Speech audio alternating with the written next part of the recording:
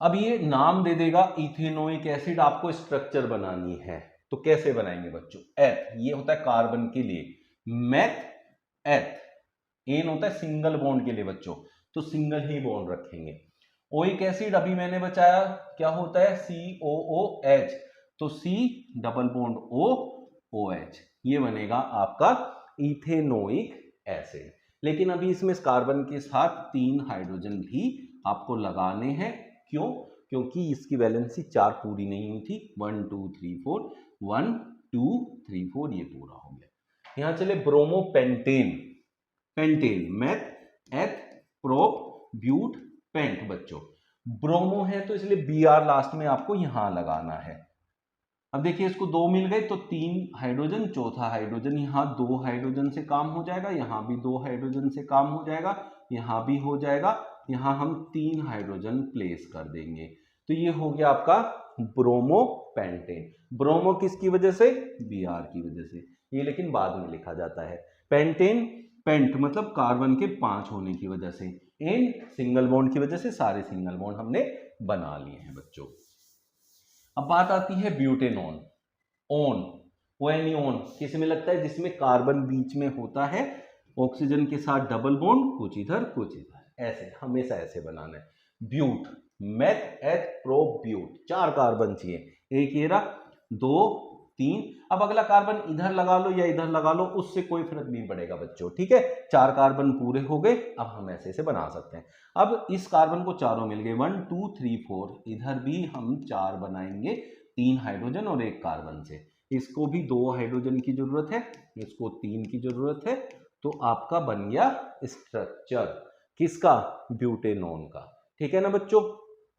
अब हमें करना है हेक्सेनल, हेक्सेनल बाद में लगा है अल, अल होता है बच्चों CHO के लिए, CHO, तो सबसे लास्ट में CHO ही बनाओ पहले, C डबल बॉन्ड O, यहां मैंने H बनाया, CHO हो गया। अब कितने लेने बच्चों? हेक्स, हेक्स मतलब 6 कार्बन, तो 1 2 3 4 5 6। अब इन सबको हाइड्रोजन से पूरा पूरा जो है इसकी वैलेंसी पूरी कर दो, तो आपकी स्ट्रक्चर रेडी हो जाएगी। तो अब आप समझ सकते हैं हम कैसे इसको तैयार करते हैं, ठीक है बच्चों। ये हो गया आपका नाम से स्ट्रक्चर बनाना। अब स्ट्रक्चर से नाम कैसे बनाएंगे वो भी देख लेते हैं। पहले अभी मैं बहुत अच्छे से सिखा चुका हूं, पहले देखिए कार्बन का नाम लेते हैं, 1 कार्बन 2 कार्बन, तो 1 कार्बन पे मेथ, 2 पे एथ, तो ये है एथ। सिंगल बॉन्ड है कार्बन कार्बन के बीच में, इसलिए हम लगाते हैं एन। Br है, Br हेलोजन में आता है, हेलोजन वाले पहले लिखे जाते हैं ब्रोमो करके, तो ये क्या हो गया बच्चों? ब्रोमो इथेन, ऐसे करना है।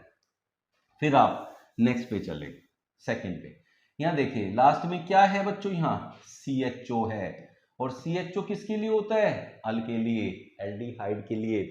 तो ये क्या है? 1 कार्बन, 1 कार्बन की वजह से मेथ, सिंगल बॉन्ड क्या लिखेंगे?